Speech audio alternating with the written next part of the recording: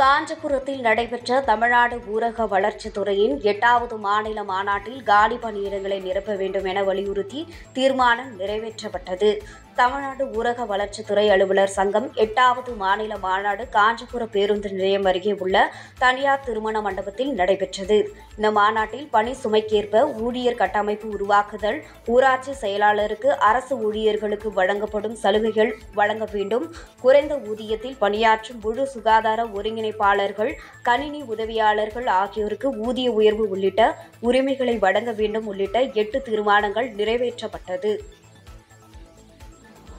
இந்த மாநாட்டின் முக்கிய தீர்மானமாக கலைஞர் கனவு இல்லம், RRH போன்ற பல்வேறு அரசின் முக்கிய திட்டங்களுக்கு ஊழியர் கட்டமைப்பை ஏற்படுத்தாமல் பணி நெருக்கடி கொடுத்து வேலை வாங்குறாங்க. அதுக்கான ஊழியர் கட்டமைப்பை கண்டிப்பாக ஏற்படுத்தணும்.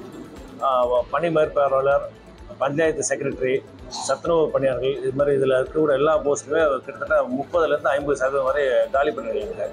இந்த காலி பணியை கண்டிப்பாக உடனடியாக நிரப்ப வேண்டும். ஊழியர்களுக்கு பணிச்சுமையை கண்டிப்பாக குறைக்க வேண்டும் போன்ற கருத்துக்களை வலியுறுத்தி இந்த மாநாட்டில் தீர்மானம் நிறைவேற்றப்பட்டது.